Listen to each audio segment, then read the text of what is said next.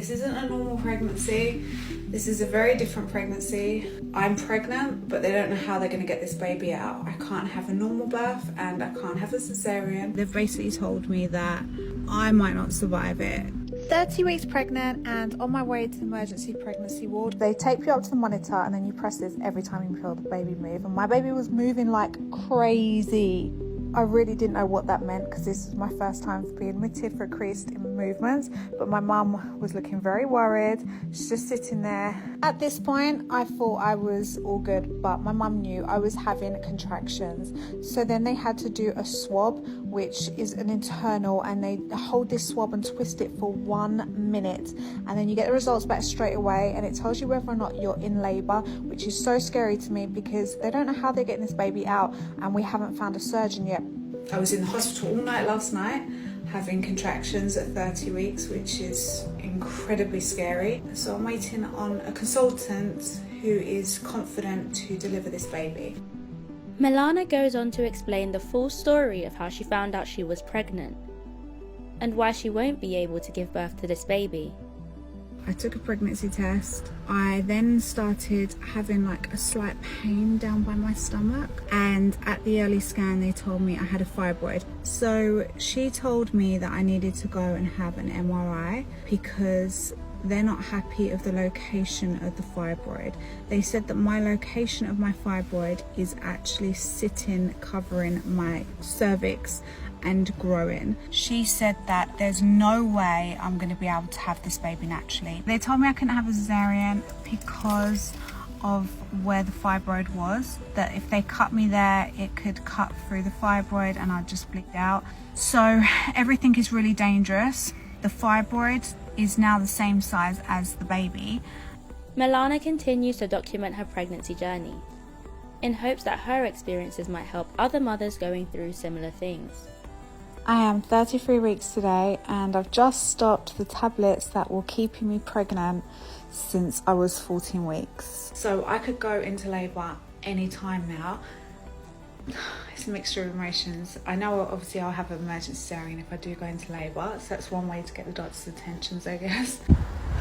Wow, that was a lot. Basically, I walked in and saw the specialist. The second I went in, she said to me, "You're anemic," and I look really pale and drawn. She said that they really need to get my iron levels up before my cesarean because the concern is that I'm going to bleed out. I did ask her if I'm going to, and I did cry. She said that's not what we want to happen. Today I had just convinced myself I'm going to die.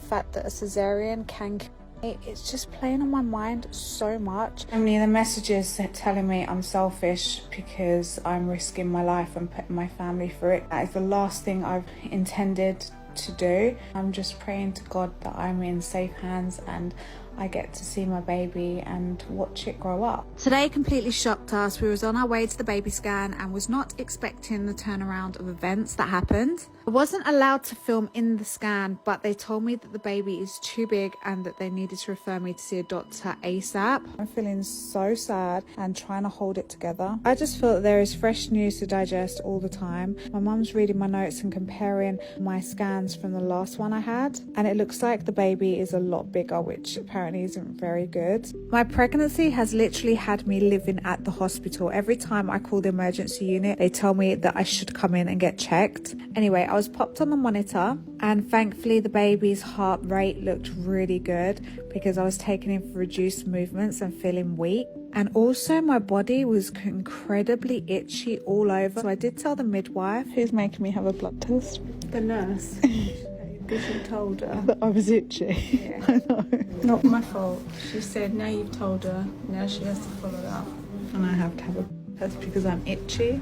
We had to wait for my blood to come back and speak with the doctors. The doctor said that they feel like I need to be seen every few days and put on the monitor, which is so scary. The feeling of dying is just getting worse as my C-section is drawing closer. I'm really struggling. The reality of what's going to happen in my C-section is giving me nightmares at night and I am struggling to hold it together. I know the baby is going to be fine and that makes me so happy, but the fact that I might never see the baby is really hard to digest. I've done everything I can, but the one thing I can't do is guarantee I'll be there for it once it's born because I just don't know the outcome. Today's appointment took a very scary scary turn that both myself and my mum hadn't even considered. As you know, baby's getting monitored every few days and thankfully baby is fine, but I had to speak to the doctor because I've been getting chest pain. I was also feeling very tired and breathless, and the doctor suspected it could be a possible plot, which scared us so much. The doctor did the test that they could do and she said she felt it looked okay and it could possibly be this fibroid that I'm showing you here, and it kind of goes under my chest sometimes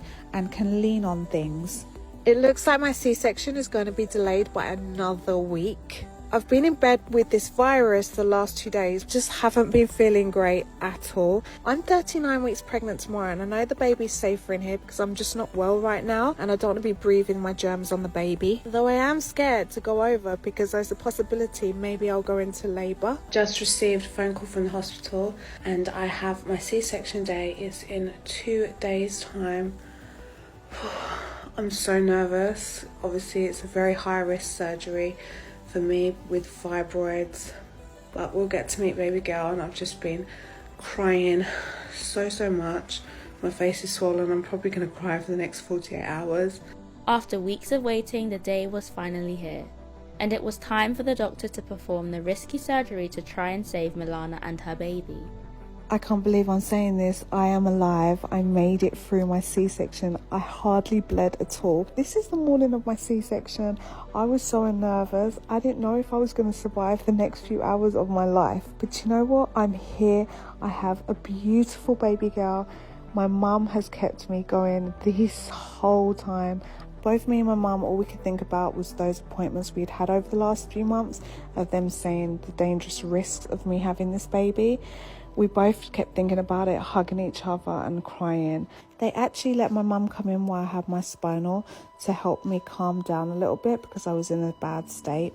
Not surprising because everything I'd been through the last few months. Look at my mum in her scrubs. How perfect is she? I owe so much to my mum. This is us walking into theatre and here is the moment she was born. And I had to share this with you because you have all been there every single step of the way helping me. You have no idea. Her name is Megan Roxy after my mum, and I can't wait to continue showing you the rest of our journey together. What an incredible journey she has been on. Commenters on the original video were so supportive and congratulated Milana, with one person saying, "The relief I'm feeling, OMG, you did it. I'm so proud of you." And another person added, "Not me literally in tears. This gives me so much hope. I'm due in 2 weeks and been told I might not make it either. Thank you for sharing this." Thanks so much to Milana for sharing her pregnancy journey with us.